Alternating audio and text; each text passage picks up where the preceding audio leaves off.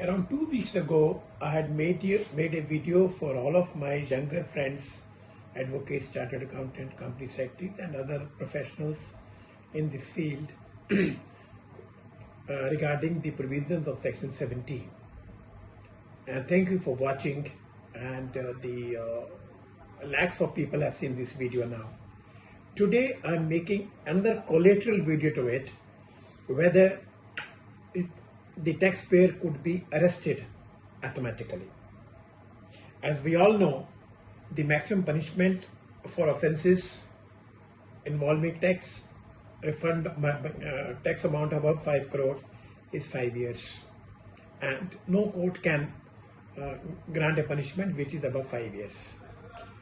Now, Supreme Court, in the latest judgment of February 26 in the case of SK Until vs CBI, confirming the earlier judgment of Arnesh Kumar vs State of Bihar, has now held that if the punishment is up to 7 years or less than 7 years, no authority under the law can automatically arrest a person. What does it mean? It means that the new IPC Act called BNSS, it has Section 35. Supreme Court says a 35 notice must be given to the taxpayer to participate in the investigations. And if the taxpayer keeps participating in the investigations, then authorities should refrain from arresting the person on flimsy ground. Now, Supreme Court in this judgment have observed certain exceptions to this rule. That is, when can a delinquent citizen be arrested? Supreme Court says there should be minimum the following reasons: that it is to ensure he does not commit more offences, and his custody is required for proper investigation, and he should not be allowed to tamper with the evidence, and he should not be able to threaten the witnesses that may be involved in this matter. Now, these are very serious exceptions. Let us correlate with our GST law. Once they issue summon under Section 70, I believe, and we can safely presume, all the investigations have been done before Section 70 summon is issued to you. Now, once they record your statement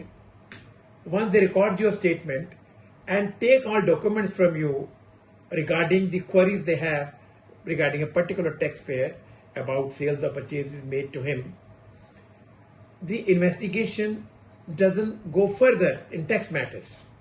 They have all the information, and all the returns are on record of the supplier and the recipient. Balance sheets are on record, bank statements are on record. They don't have to call, they can link the PAN number and get the bank statement. Now, only reason they call you is to confront you with the adverse material that the revenue officers may have against the taxpayer. And once that matter is confronted to you and your statement is recorded, to call those documents they have in possession, nothing further is required. That is, once all that is done, there can be no reason for a person to tamper the evidence. There can be no reason to threaten the witnesses, because there are no witnesses at this stage. The only inquiry is going against the supplier and the recipient, or you could be a party in the witness of a third party case. Now, you may not be able to repeat offences because you are already going through Section 70 summons. And once all that happens, where is the question of you not participating?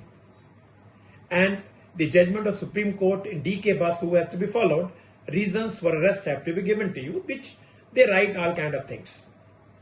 Now, these are the factual and legal principles laid down by Supreme Court in Sundar Kumar Antil's case. decided in February 2026. So what is the fallout? Fallout is very serious. Once they invite you through Section 70 to record a statement, a lawyer should go. Take time for the client. Don't take your client hurriedly. You can always take 1 or 2 dates. Assess the situation. Are they going to arrest? And whether the tax involved is above 5 crores.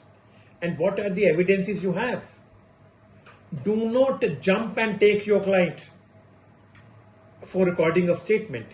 Because while recording the statement, they may create these exceptions and give you a notice under Section 35 of BNSS or Section 69-132, 1A, B, C, D on some flimsy grounds, and they may arrest you.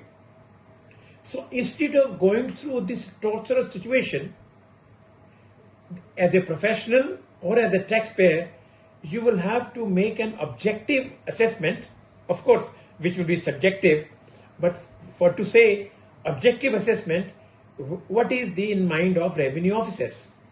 But as a gut rule, as a default rule, if I were a lawyer and if the tax fraud as per revenue officers is above 5 crores, I will give in writing, I shall always participate in investigation without any default. Whatever evidence is required and whatever I have, I shall give it to you. Wherever you need to confront me with any person, I shall be available for getting cross-examined.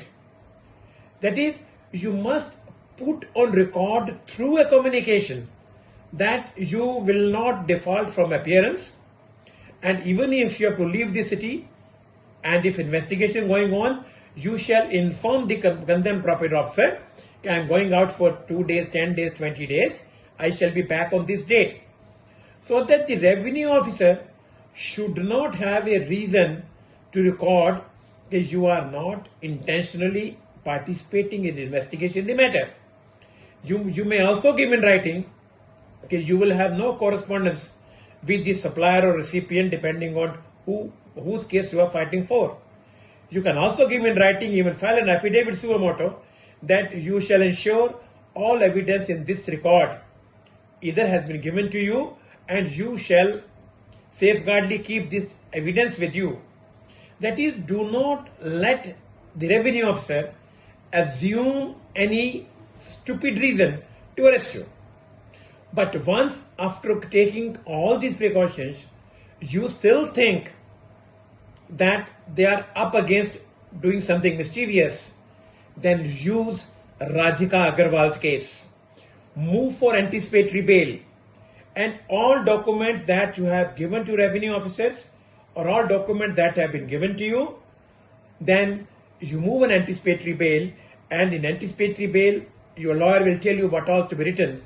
Essentially, you have to write in favor of the exceptions created in S.K. Antil's case and file an affidavit that you shall participate in investigation.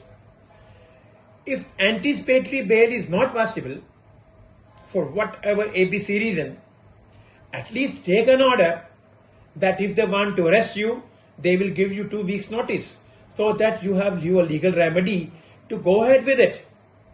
Now friends, these are very serious issues which I am discussing in this video, which is pro bono because I don't charge for education. But you will have to be very careful that on receipt of summons, simply don't start jumping. Assess the situation. That is, first you discuss the factual metrics of your client. What has he done? Who are the suppliers? What is against those suppliers? Then once you are called under Section 70 and you are giving an evidence in recording, then ensure all the statements discussed in with this video are corroborated with facts in your reply. Therefore, be careful, otherwise the revenue will have flimsy ground, they arrest you. Once they arrest you, we may discuss arrest is legal, illegal, ethical, unethical, it was because of bribe or whatever nonsense reasons we have. The fact is your taxpayer goes in jail. Therefore, be careful. Remember your rights in D.K. Basu, in Sundar Kumar Antil, and Avnish Kumar, and Radhika Agarwal. Anticipatory bail will be given to you. So, in this particular case of Sundar Kumar Antil, Supreme Court said, jail is not the rule. Personal liberty is the rule. Unless you are covered by the exceptions given by Supreme Court. And always remember, we all must study Article 141 Constitution of India. This is the ruling of Supreme Court of India under Article 141. Therefore, if the revenue officers do not follow this, this is a contempt of Supreme Court judgment. And as a lawyer, you should be ready to follow this aggressive approach. Because after all, your client's interests are in your mind the uppermost. So if required, study Article 141. Maybe one day I'll make a small video on Article 141 as well. And keep your anticipatory bail petitions ready. Now, why I'm saying, once you go into someone involving a tax fraud of say above 5 crores, there are big chances your taxpayer will be arrested. So always keep anticipatory bail petition ready. The lawyer who has to argue, keep him ready, so that if situation arises, you are able to move within 24 hours before the concerned competent authority to try and get anticipatory bail or try to get a restraint order, because you will not arrest until you give 2 weeks notice, so that your legal remedies are available. Well friends, this video very important for all of you. Watch, share, and wait for more from DGST Group. At DGST Group, we continue to educate people free of cost, pro bono, so that we are able to protect the law. We are able to get our taxpayers the legal benefits which are confirmed to him under Constitution of India. God bless you.